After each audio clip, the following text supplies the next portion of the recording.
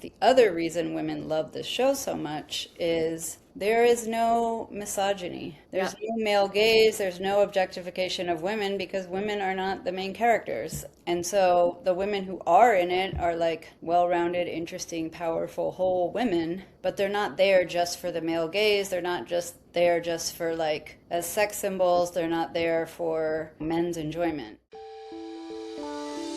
Welcome to Come Talk with Amy, the podcast where sex isn't whispered about, it's talked about out loud. I'm Amy, your host and intimacy coach, here to spark raw, playful, and unfiltered conversations about relationships, desire, and everything in between. No shame, no scripts, just real talk about what really turns us on. Let's dive in. Today, we're talking about heated rivalry and why so many women aren't just watching it, but thinking about it long after the credits roll. You may have heard of this tiny, obscure Canadian project called Heated Rivalry. Very niche, extremely low key, allegedly about hockey. And no, this isn't really about hockey. It's not even really about sex. It's about earned tension, undiluted desire, and two people who want each other without apology or performance. So today, Rebecca and I are breaking down why this show hits differently through a woman's lens, why longing is hotter than spectacle, and why watching two men want each other this fully somehow gives women permission to want more. This is Hot and Unbothered Heated Rivalry Edition. Let's go. Hi, loves. Welcome back to Come Talk with Amy. Yes. Today's combo is it's going to be hot, it's going to be spicy. Raise your hand, and my people come to the front who have seen Heated Rivalry. Yes. Oh my God. Yes, we have the fabulous Rebecca Giguere with us again. Welcome, Rebecca.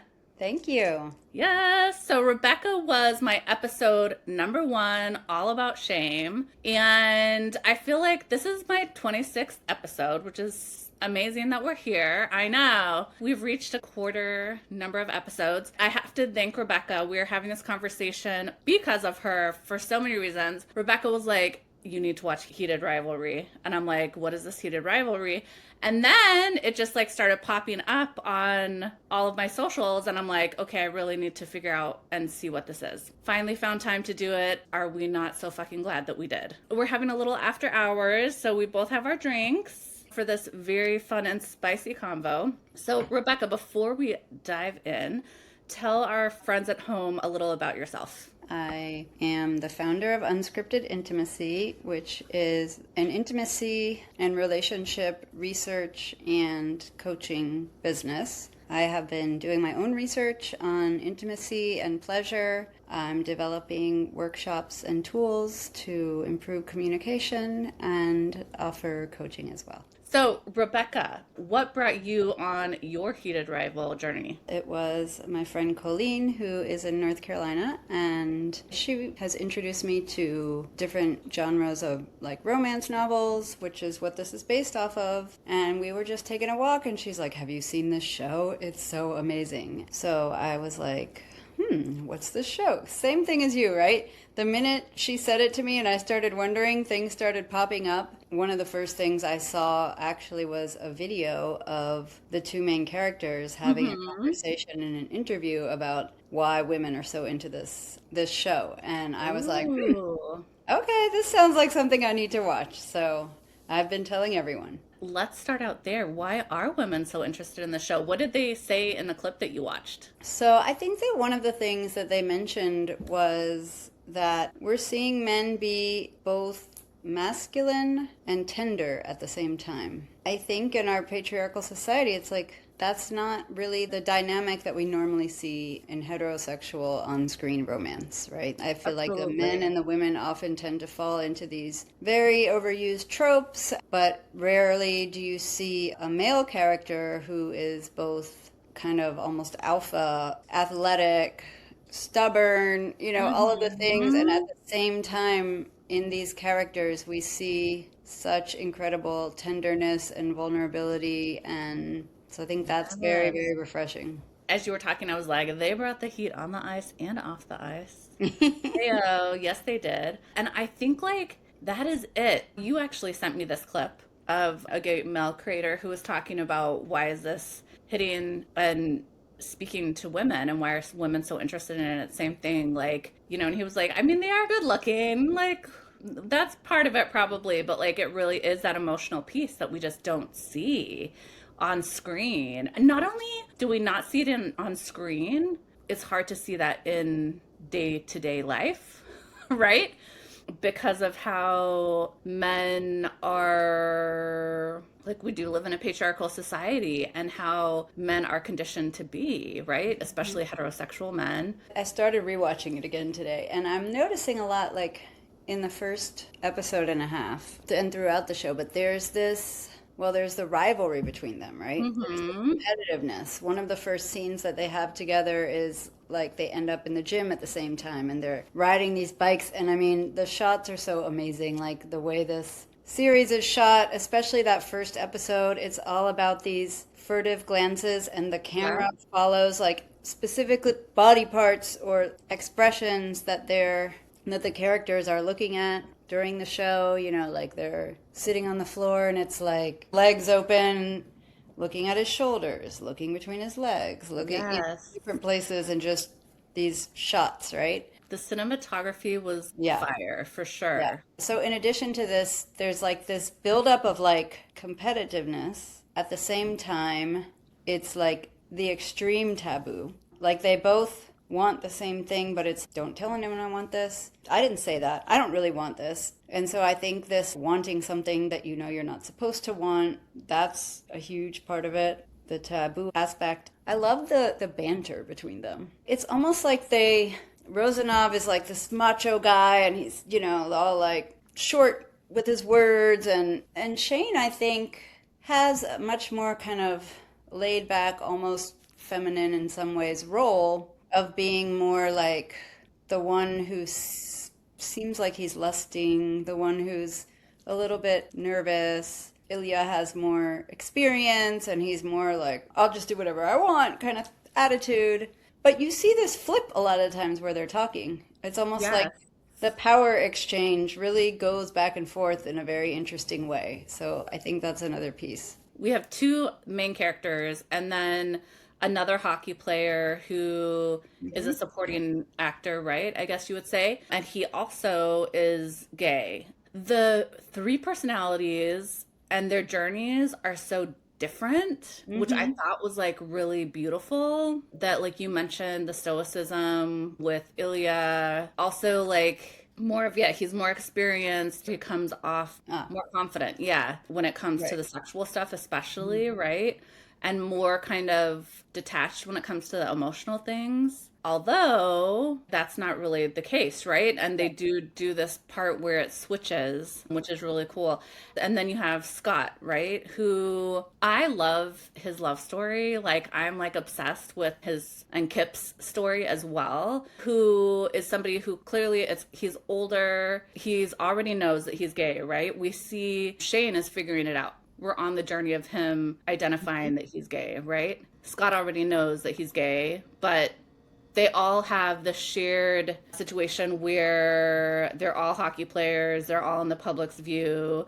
They all have major responsibilities to, yeah, fans, family, right? And also the family dynamics of the three are very different as well. And so it takes us on this journey of like three different type of stories when it comes to not just the individuals but also the family, the potential family side. And four, because Kip, the relationship between him and his dad is just like the cutest dad goals.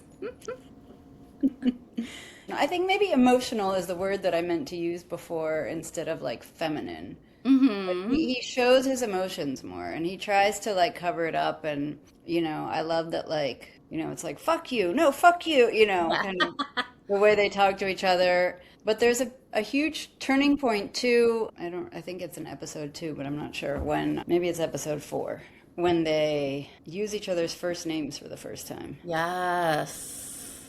It's like a very intimate moment and they both it's interesting because Rewatching the first episode, I was reminded of like the very first time they hook up. Ilya's really like leading everything, and Shane goes down on him, and he's like, they lay down for like a second, and then he's like, "All right, I've got to go," and like, This was and, fun. and Shane's sitting there like, "What?" I don't know if this happened to you. I got that sinking feeling in my stomach. Had in person when somebody just like disappoints you like that, of Yeah. like, oh, I've just kind of been used, or I'm not being respected right now, kind of feeling. And I remember like feeling that for Shane in that moment. Yep. And I've seen so many TV shows too, where it's like that's just the dynamic and it would have ended there, and then he turns around and he's just like, "What do you think? I'm an asshole?" Yeah. Yeah. So even that was like a different take, Yeah, and seeing Ilya in that moment like care for him, right? And offer like to caretake and physically. And that reminds me of something else that was stood out to me so clearly. And I mean, yes, maybe it is made very clear, but it was so impactful to me because you never ever see this, I feel like. I mean, there was a whole discussion between them where he says, "Have you ever been with a man?" "No, I haven't." Hmm. And every little thing that he does, "Is this okay? How does that feel? Is it still okay?" Is it to the point where like he starts to be like, "Yes, leave me alone?" That was on the first time there was penetration. But it was even the first time they were together, like when it Okay. was just oral, because it was like this is the first time you've ever been with a man, and so like Yeah. the time he got annoyed was during the penetration. But it was also like seeing that, right? Like seeing a guy who is checking in and like taking those steps in during sex, right? To be vulnerable and to caretake and like just so beautiful. And also I feel like the progression of their relationship too was beautifully captured. And I Mhm. feel like just like you mentioned how a lot of us can relate to that feeling, and especially going back to talking about women specifically, like feeling like, oh, okay, I got my needs met like during the first encounter, having that with some people. But I feel like that it's so relatable in a lot of different ways, right? To dating, the progression of dating with like the sexting and the text messages, and again going back to the cinematography and like, and also the acting and the way that you just see the different emotions on their faces when they're receiving the text. That was really beautiful. And then yeah, going to that moment that you mentioned, which was really pivotal in where, and it was Ilya who was like being open, like, you can, I want you to stay, right? Shane was like, okay, I think I'm gonna go. And he's like, or you could stay, like stay the night. And we all know as women, like when they're like, you can stay the night, like that changes things, right? You're like, oh, Mhm. because that's also a thing too. Often, especially if you're at the guy's house, it's like, all right, I guess I'm gonna go, and like how long is too long to like Yeah. stay and cuddle and do aftercare and hang out before you're like, feel like you need to say, I'm gonna go so you don't look needy or Mhm. feel like you're overstaying your welcome.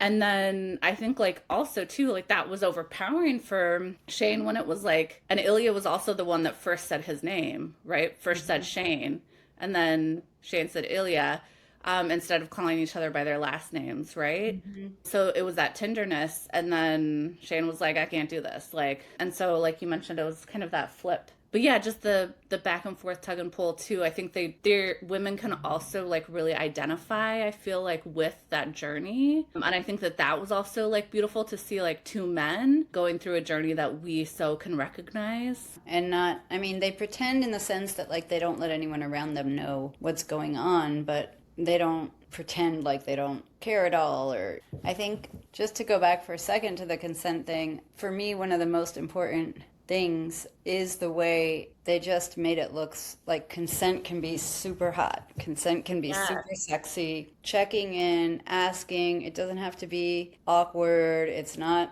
too, doesn't mean you're inexperienced if you ask, Hmm. kind of thing. And it just, I think, created this feeling of desire and safety at the same time. They did so good when it came to like the sexual narratives that they were having with one another. That convo. We're huge here. Come Talk with Amy. We talk about communication as lubrication, as Emily Morris says all the time. And I like to quote her pretty much every episode on that. Communication is foreplay. Communication can be so hot. It doesn't have to be awkward. They did such a beautiful job of totally illustrating that in like such a hot and fun way. It happened even like with the Scott and Kip, even though they were both like more experienced, Mm. and there wasn't a lot of like spoken consent stuff like while they were having sex. But for the emotional piece, one of the biggest scenes for me was when Scott is sitting at his kitchen counter and they've had one night together and he wants to Yeah. ask him to just stay. The way he put himself out there and he just kind of was like, I'm just going to say this because I want to say this and I know it's too much. Can I be too much? He pauses, right? Uh-huh. Is it okay if I just throw all this stuff at you? You know, and then it's like, here's what I want, and but here's what I can't give you, and here it is. You don't have to agree. That's fine, but say something, you know. Yeah, yeah. I think they did a really great job of illustrating men being vulnerable and asking for being held in that vulnerability Yeah. as well throughout, which I think was really beautiful. I mean, the ending when they're at Shane's family's house, he just has basically like a panic attack at the table and he puts his head down and Ilya's, we're all here with you. Your family, your boyfriend, you're safe, you're, you know, of Hmm. course it's also the first time he says boyfriend, so he's like, what? Yeah. But I mean, it's such a model of like how we should all treat each other when we're going through a tough time or Yeah. reacting strongly to something, right? Yeah, absolutely. Oh my God. And like one of those final scenes with the parents, I think the parents were more like shocked that it was Ilya than that he Hmm. was gay. Yeah. They're like, but you guys don't like each other. I don't get it. He's an All right. asshole. Confession time. Did you cry at all during this show? I definitely got emotional, but I'm not a big crier. Hmm. So I definitely got emotional. And the time that like I was closest to crying, well, there were two times when I was closest to crying, but how about you? Yeah, I want to know what they were. Well, so there was one scene where I was just like, I'm about to lose it, but I didn't. And then there was another scene that just like took me by surprise, and I was just like, all right, that's it. I'm not really like a big crier either, and well, it's not ironic that the scene that had me crying was a conversation with his mom at the end when she goes outside and he's so worried that she's like angry or disappointed or hurt that he's kept this from her or, all of this stuff. And she is really upset. But what she said and the way she said it, it's like such a beautiful reaction for him and such a real reaction for a mom that we just always, it's like you want your child to be able to come to you. If they can't, what have you done? What have you done? What did I do? I'm sorry that I made you feel Yeah. this way. Well, and Uh, even in that moment, to watch a parent apologize to a child, which is mm, so huge because we're seeing that now. Like, I apologize to my child all the time, but, in our generation, we don't really see that. That was really so powerful for the mom to just say, like, I'm sorry that I didn't make it comfortable enough for you to feel like you could come and talk to me mm-hmm. sooner. That was definitely a good one. The ones that were like, got me like we'll say teared up are one was the phone call from Yes, Russia the to phone call yeah was amazing. Montreal. We will definitely dive into that in a minute because we got to talk about that scene. And then the other one, I was more cheering, but I was also like Oh, yeah. heart. And I texted you. I texted you right after, which was when they were watching Scott on Yes. the ice. He just won the cup, right? And he brings Kip right down and kisses Kip on the ice. And then, like, you just see, and again, the cinematography is so beautiful and how they did this with, like, looking at their different faces, both when I say they're like the main characters, so Ilya and Shane, in anticipation, like what is he doing? Like, oh my God, like I can't believe what is he doing? But also just like this exhale. And all of a sudden Mm, it was like permission. And yeah. then you see Ilya get up from where he was with his friends. I'm coming to the cottage. I was just like, because it was so beautiful. Just it shows how much like representation really matters. Feeling like, okay, I have permission to truly be me and to seek the love that I want. So fucking beautiful. So those Yeah. were my two moments. Yeah, everybody, I think that episode 5 I read was like the Hmm. highest rated episode from a TV series that has tied with Mm. like one of the ones from Breaking Bad. So, Yeah, I can see why. They said a lot in that episode. I mean, speaking of the mom, I think there were 3 or 4 really pivotal female characters. Let us dive into the female characters and their roles Yeah. in this. One of the things I've been discussing with my neighbor, who I got her into it too, was how the women in the show are such great allies. And there are, so I think who am I thinking of specifically is Kip's best friend. The protector. Yeah. And Ilya's also childhood friend, Svetlana. Hmm. And then Rose, who was an actress that Shane dated for one of the episodes, And then the mom. and then the mom. I think both Svetlana and Rose were just so, they love these people. As people, they love the characters. It's not about getting anything back from them or Yes. being validated by them. Pure acceptance of who they are and their happiness. And so even if they are each romantically involved with these different women, the women recognize like the love that they have for each other, or just the fact that like, with Rose, her just sort of being like, yeah, there's something not working here. And, Yeah. the way she brings it up, and then she's like, I've been in theater school. I've dated many gay men. Like, it's not a big deal. Yeah, she's like 80% of the people, my boyfriends have left me for other men. Like, been here, done that.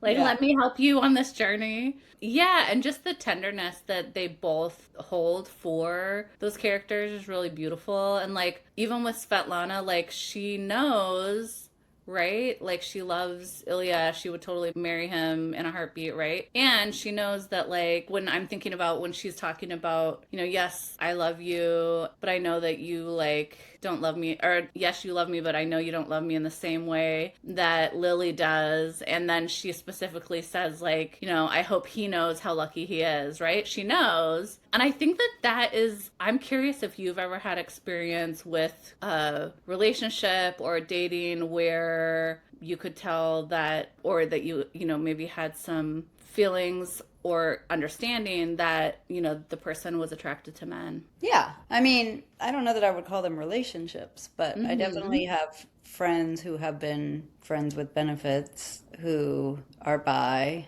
or talk to me about like wanting to meet other men. One of them, it's been really special because he sort of was like discovering that about himself and allowing himself to come out in that way right Nice. around the time that I first started to get to know him. Yeah, and so every time we hang out, I kind of get to hear about that side of his life too. And in many ways, I mean, I met another man who was a twin but had a twin sister. And I felt like he could understand women, or he treated women very differently than a lot of other men. Mm. And I feel the same way about bi guys. And I think it gives them, for a lot of them, like a very different perspective, right? On love, on gender, on communication, Yeah. on vulnerability. Yeah, absolutely. No. And I wonder too if one of the reason why this resonates with women, it was a lot of us have been in that female role of the supporter, of holding space and being a safe place for a man Hmm. to be able to express, or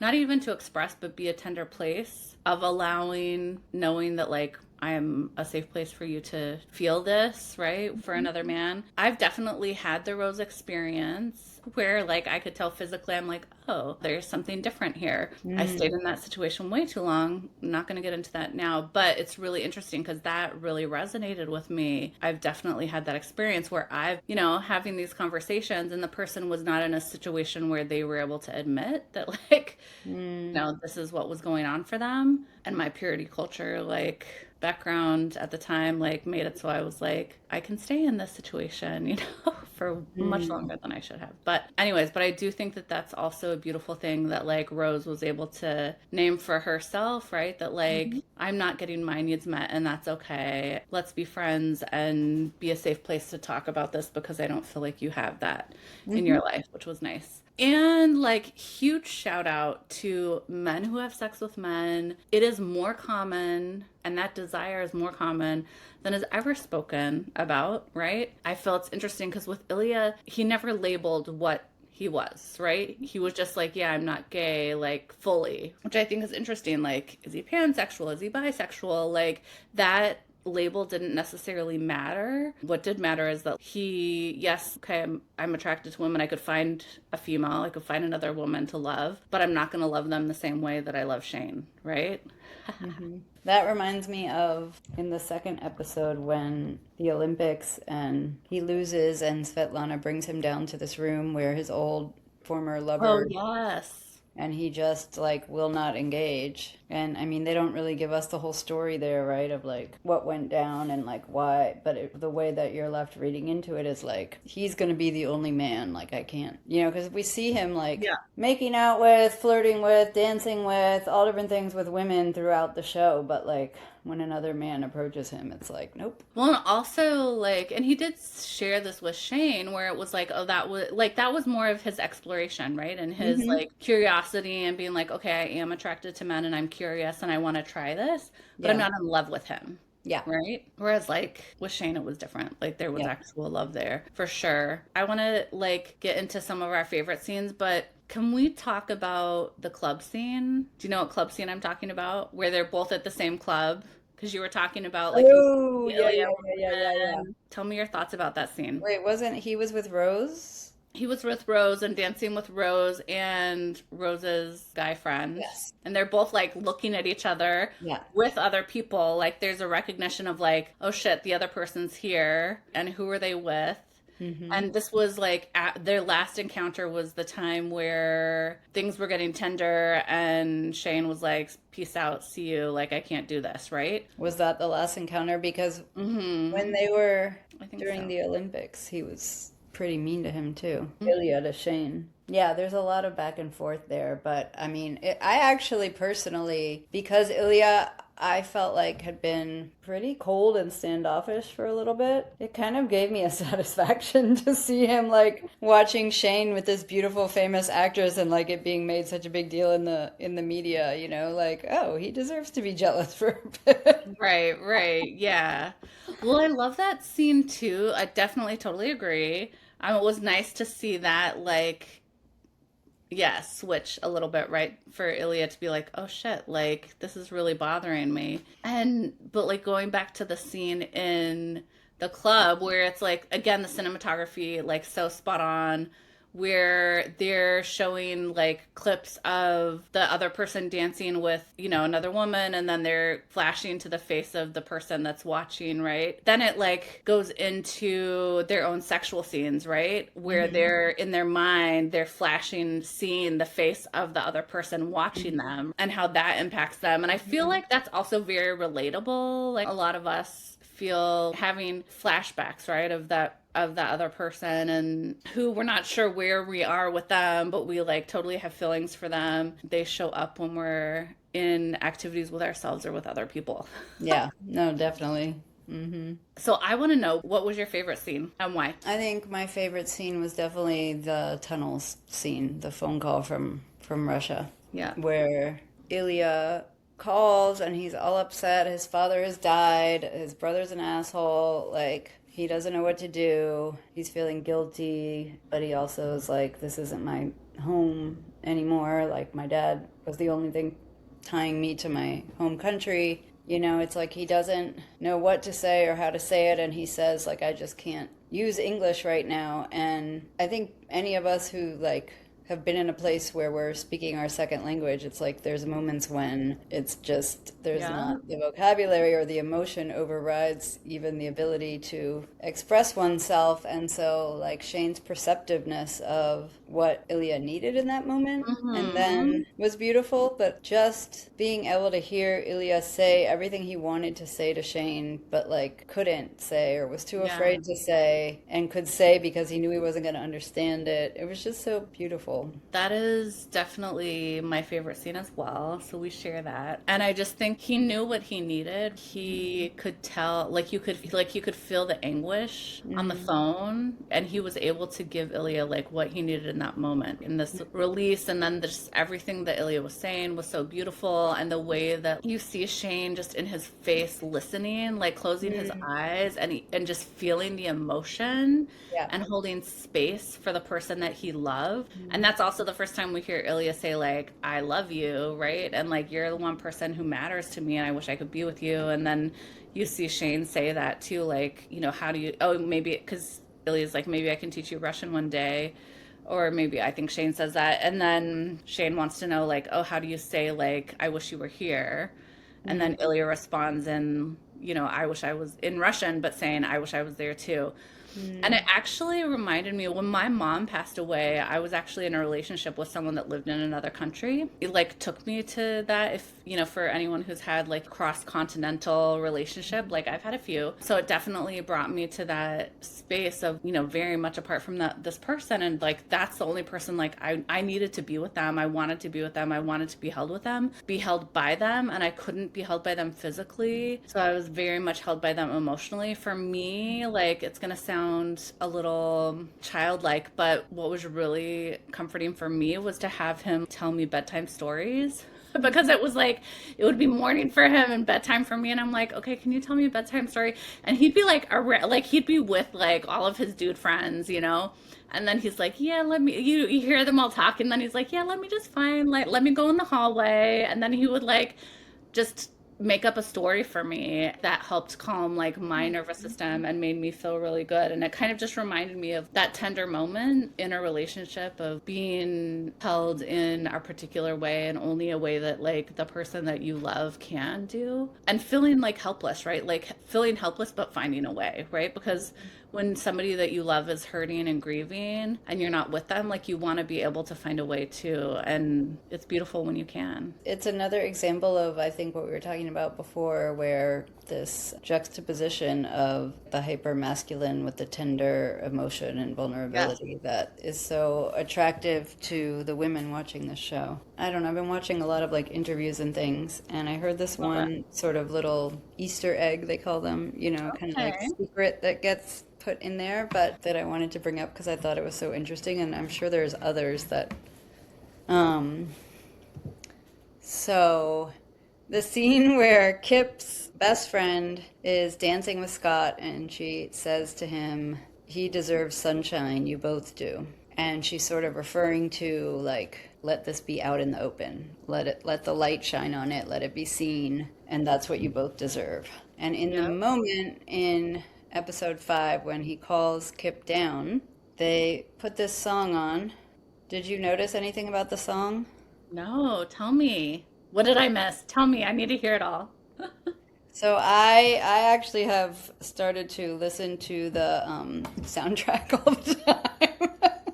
And so what I heard from this interview is that Jacob Tierney, who's the one who, wrote the screenplay, directed, created it from this book that Rachel Reed wrote, which I also find really Hmm. fascinating that it's, part of a series of romance novels about gay male hockey players because she Yeah. is Canadian and reportedly was just so sick of it being like such an alpha macho, da da da. She was like, I'm Mm. gonna write gay romance about hockey. Yeah. We love it. And but it gets picked up by Jacob Tierney, who is gay, and I think only, I think there's certain things that he probably could do much better than any woman who's trying to tell this story, Yeah. like for a screenplay. But anyway, he chose one of his favorite songs by one of his favorite bands who happen to be from the Montreal area. So she says to him, Kip's friend says, he deserves sunshine, you both do. And then he wins the cup, he calls him down, The song that plays is "I'll Believe in Anything" by this band Wolf Parade, that is a I think Montreal-based band. The first line is "Give me your eyes, I need sunshine." Oh, I love that Easter egg. Yes. Oh my God, I'm gonna go back and watch that scene tonight because I can't go to sleep. I'll be like obsessing over it. I love that. That's amazing. Yeah, so I've I been love listening that. to that song like on repeat now.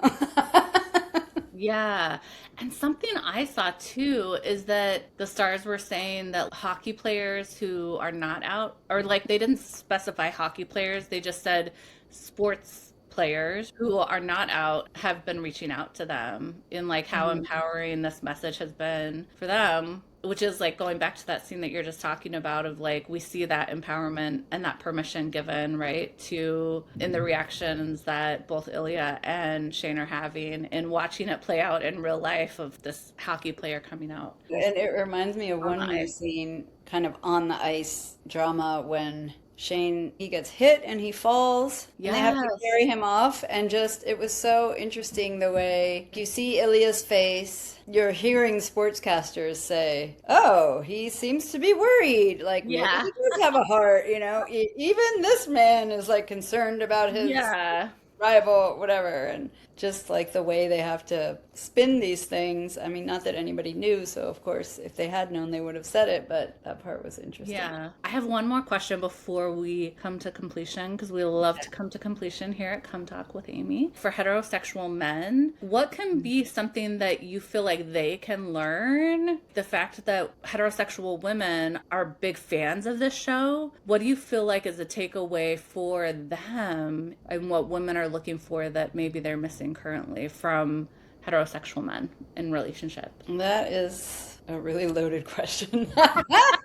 I mean, Um, I have had some men that I know who are heterosexual or bi have watched the show. I think a lot of men that I know who are heterosexual would not go anywhere near it once they mm-hmm. find out what it's about, just because people are still people. Patriarchal society. But I think if I wanted to break it down for them and like, oh, you don't have to watch the show, but here's what you can learn. These are the part of the reason, and I think we've listed most of them, but it's Yeah. the yearning, the longing, the slow buildup, right? Of glances and just, I think like so many times you're on an app or you meet someone and they just like move Mm, straight into like, here's what I want. I mean, and even with Scott and Kip, it was like they're older, they're more experienced, but there was a long period of like, I'm gonna go back. Oh, I'm gonna get this smoothie. Maybe I'll come every day. Actually, it's not working. right. Yeah. Da, da, da, da, da. And like, wait, am I understanding what's going on here? Kind of that long, drawn out, tension filled, longing filled, yearning is like so important to build excitement. Mm, And I think whether you're talking about like building desire over time or even just in that one moment, to quote Emily Morse again, what can men do? Go 5 times slower than they think they should. It's just letting that tension and that desire and that eroticism build in that way is so much more powerful. How long did they have to wait to do any, like there's that time that he goes to his room and he's like, well, I'm not gonna, have sex with you for the first time when like the guy Scott's right next door, and so it's like, okay, well then we have to wait, but it's 2 more weeks, but then that gets canceled and, it's just like, oh my God, it's so drawn out. So that's one thing. And the other thing is this balance of being masculine, but being vulnerable and emotional and tender at the same time. mm. What drives women crazy. And well, the last thing, and this doesn't really answer your question, but it's a separate point that we didn't discuss yet. Let's get it out. I think one analysis that I read that I identified so strongly with was the other reason women love this show so much is there is no misogyny. There's Yep. no male gaze. There's no objectification of women because women are not the main characters. And so the women who are in it are like well rounded, interesting, powerful, whole women, but they're not there just for the male gaze. They're not just there just for like as sex symbols. They're not there for, men's enjoyment. And so to see this sort of more equal dynamic of two men together and not have to feel that, I don't even hardly know how to put it into words, but like what you feel when you're watching women on screen and they're like cutting to different body parts, which they do with these men, but the way they do it is much different. Woo! The way they do it. Woo! Yes. Oh my God.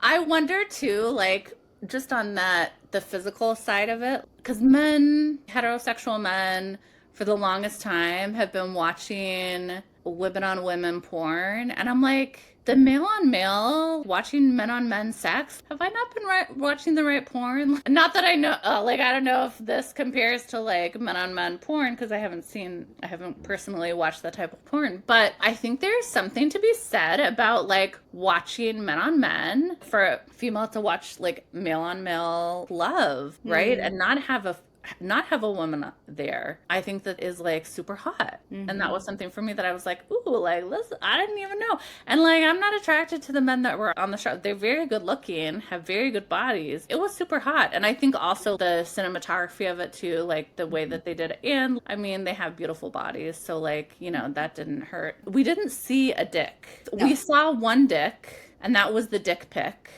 the Ah, unsolicited okay. dick pic. But in the actual videos, like we didn't see, Yeah. they did a really good job of screen blocking that and focusing on like the other aspects of the body and the emotion during those moments. A lot of the sex scenes, like what's so hot about it, isn't even necessarily what you're seeing. It's the sounds, the expressions on their faces, the Yes. breathing. It's not like, yes, the bodies are beautiful, but it's not even about the bodies. It's about the emotion that's being transmitted just through watching that, I guess. Here's my thought that men and women, men who have sex with women, women who have sex with men, we're looking for very similar things. We're both looking for a softening from each other, but it's a softening in a different sense. For women, women are looking for the man to be more vulnerable, more like open about their emotions and softening in that way. The male is looking for the woman to be less critical, more praiseworthy. For me, that's a huge takeaway is I'm queer, but I do have sex with men, get in a relationship with men. As somebody who does get in a relationship with a man, I know for me, it's that's what I'm looking for from a man. Like that's super hot and gets the juices flowing, right? Before the actual physical component of it, or in addition to the physical component. But I hear that a lot from men too. I'm bringing that into the conversation as well because I think it's easy to like shit on the men. And I don't think that that helps the conversation as far as Right. I think it's important to also validate that there are things that we can do to improve the relationship as well and what they're looking for. And there's several people in the space that we work that really do a good job of how you can create that softening for men, which I think is really important because Yeah, I mean, now that you bring it up, one of the things that I remember like really noticing was the ebb and flow and the space that they gave each other.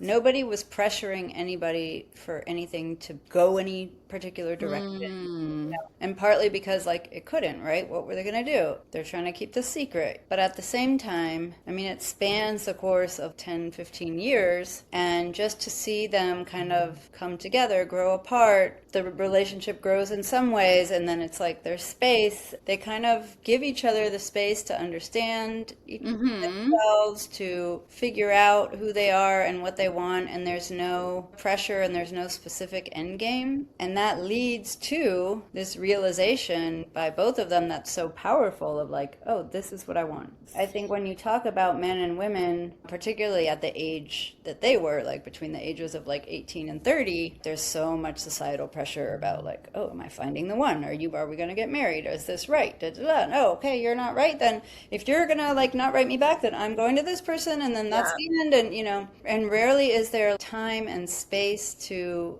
figure oneself out in tandem and Yes. let the relationship breathe and grow naturally. I think there's Yeah. so many arbitrary rules and pressures, whether they be from parents or friends or whatever, biological clocks, but that was another thing that I think helped with both of their sort of softening, you said, was that they were able to kind of let the relationship take its natural course without it needing to rush or be anything other than what it was. Yeah. Oh, this has been fabulous. Rebecca, before we say goodbye and sign off, are you ready to come to completion? I am. Yes. Okay, come to completion, aka rapid fire round, all about heated rivalry. Let's get Okay. into it. Yes.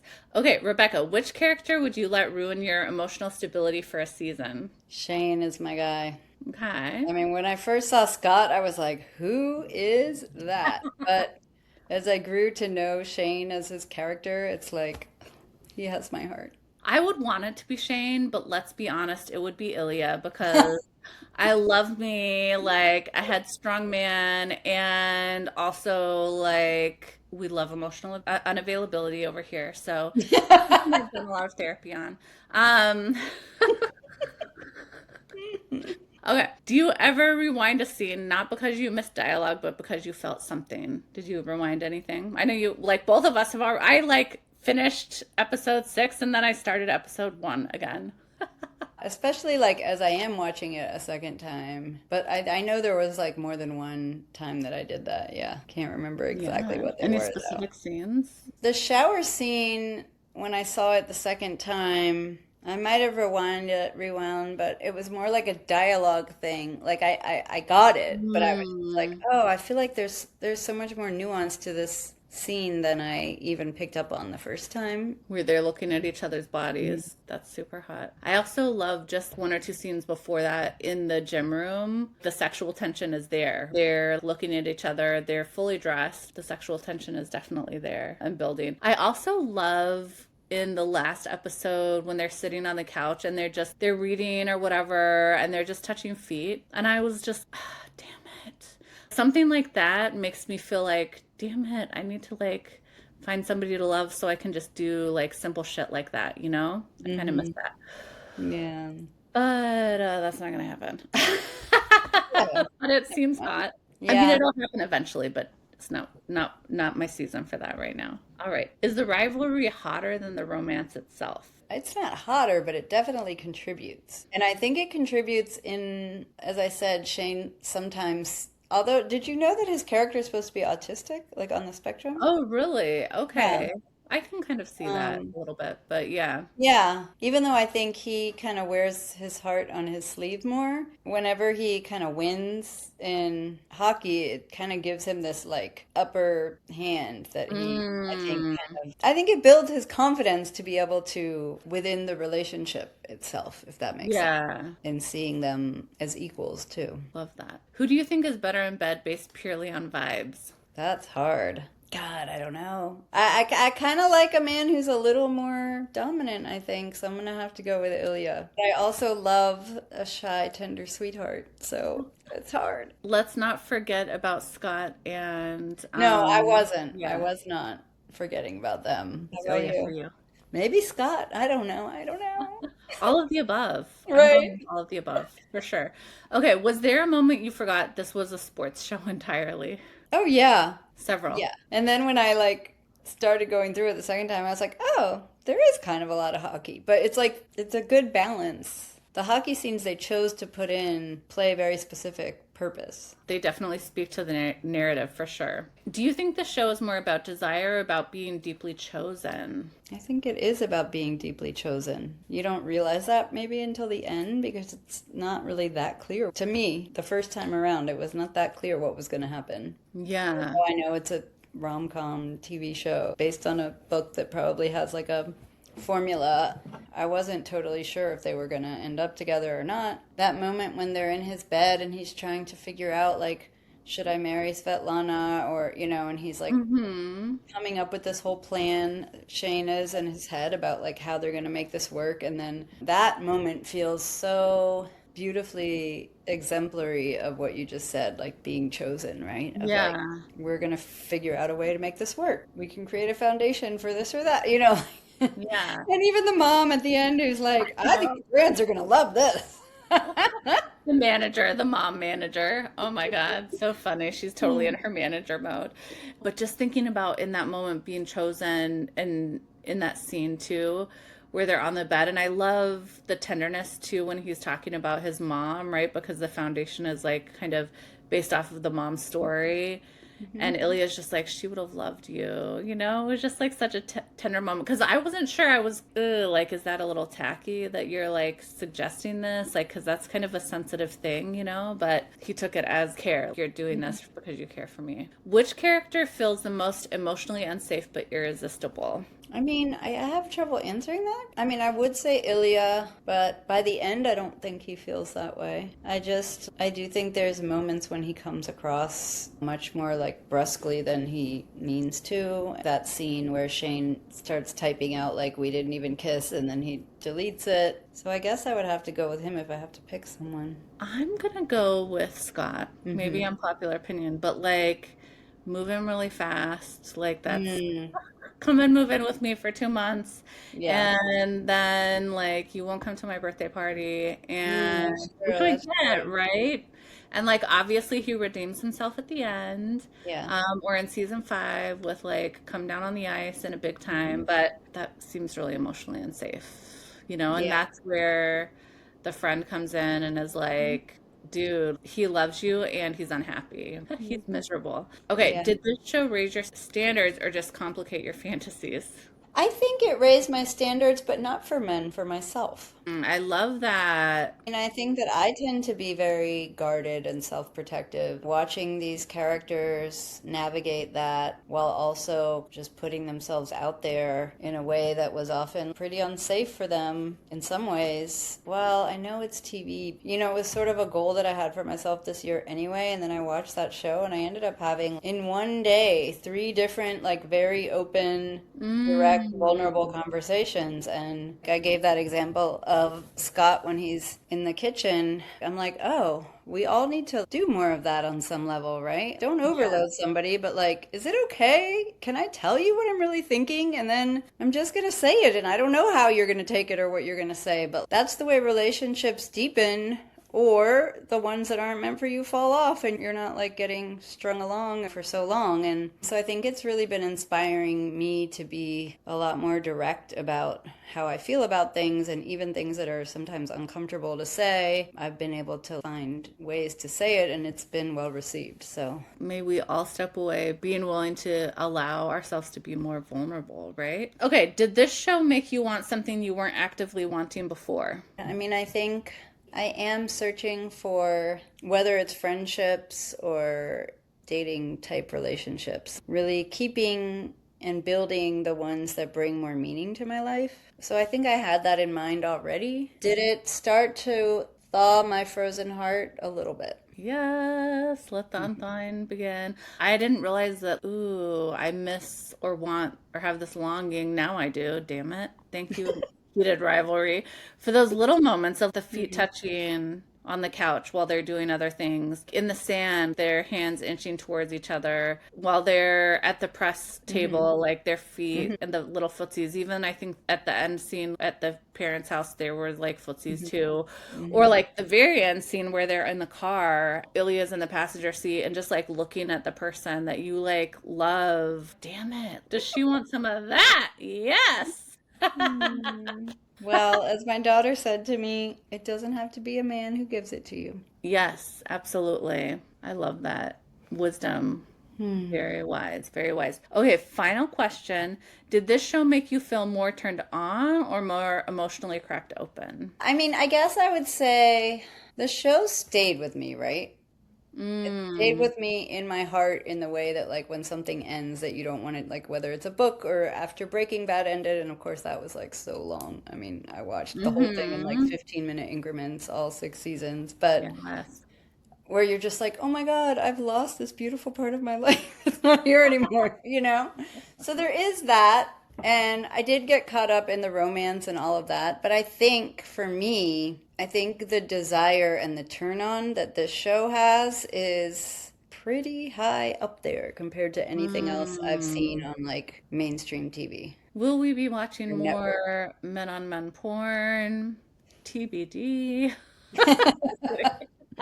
You know that for me, it's not even, I mean, yes, there's the men on men, I mean, for all the different reasons, but Right. when I choose to watch porn, I don't like the ones that like they start and there hasn't been a story and it's just like, we're like, Mm. as Marvelous said, we're just going straight to Pound Town. It's like it started 10 seconds ago and all of a sudden, like the clothes are ripped off and it's like boom, boom, boom. No, that does nothing for me at all. But the ones that are like the massage. It's like she's Mm. laying on the table, she's covered. It's like We like slow some build foreplay. up. Yeah, like, 20 minutes in, suddenly he's like pulling the sheet up off her, Okay. like, Those I think are like way hotter, and that's what I think this show did was like that slow burn buildup of tension and Mm. desire until it like was much stronger than if it had just gone Yeah. through. It's so interesting because a lot of men I've talked to like the storylines too of porn. It's not that I don't like them, but like when I do consume it, it's like there's a reason I'm consuming it with like the audio off. It's a very visual thing for me. So like Oh, I don't have the interesting. storyline. Yeah, isn't it That's interesting? so funny. I'm the total opposite. Like I've said I could just not even be watching it and just be listening, and that would be enough for me. Yeah. So we're all so different because I've asked a lot of guys, like, oh, what's your favorite part? What makes porn good for you? And a lot of the times it's the storyline. And I'm like, I like the pound town. No, I'm all about the foreplay too. But like in my porn era or my porn consumption, it's all about the pound town. Yeah, I mean, I've been thinking a lot about this because I'm reading right now this book called, I think it's Your Erotic Mind, or The Erotic Mm. Mind by Jack Morin. And he has this whole thing about like core erotic themes. And, one of them is this sort of forbidden taboo, and I'm realizing that that is like a really big thing for me. Whether, I mean, that was one of the things that I found so hot about this show, but also, yeah, if I'm going to choose a video, like I actually really like the ones that are like, ooh, it's kind of taboo. Like whether, You like the storyline. yeah, she's the Hello. stepmother or, like whatever. Rebecca, this has been fabulous. Everyone at home, obviously, hopefully, if you've watched this, because and I'll have it in the show notes, total spoilers. Yeah. We're definitely Put that at like, the beginning. Do not listen if yeah, you have not watched it. if you have not watched this, definitely. But we're, making a good assumption that, like, if you've made it to this point in the episode, you probably have seen it. And we want to hear, like, what are your hot takes? Like, what has drawn you to the show? What were your favorite scenes? What are your takeaways? What is hot and what is not for you? Who is your forbidden pleasure? What is your forbidden pleasure in this? Rebecca, thank you so much for joining us. Before Yeah. we sign off, where can people find you? I am on Instagram, unscripted.intimacy, or online at www.unscriptedintimacy.com. Rebecca has two surveys, one on women's desires, one on men's desires. Watch her space for the juicy details of the outcomes and analysis of those surveys. I am so excited for that. Thank you, our loves, for listening in. As always, remember, super, super important, especially after you've watched Heated Rivalry, to masturbate, lubricate, and get ate. Thank you for coming. Please come again, and come again.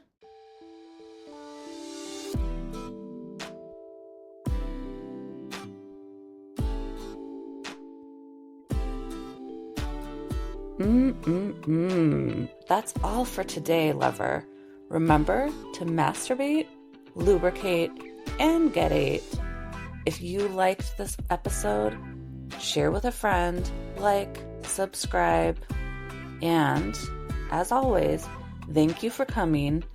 Please come again, and come again.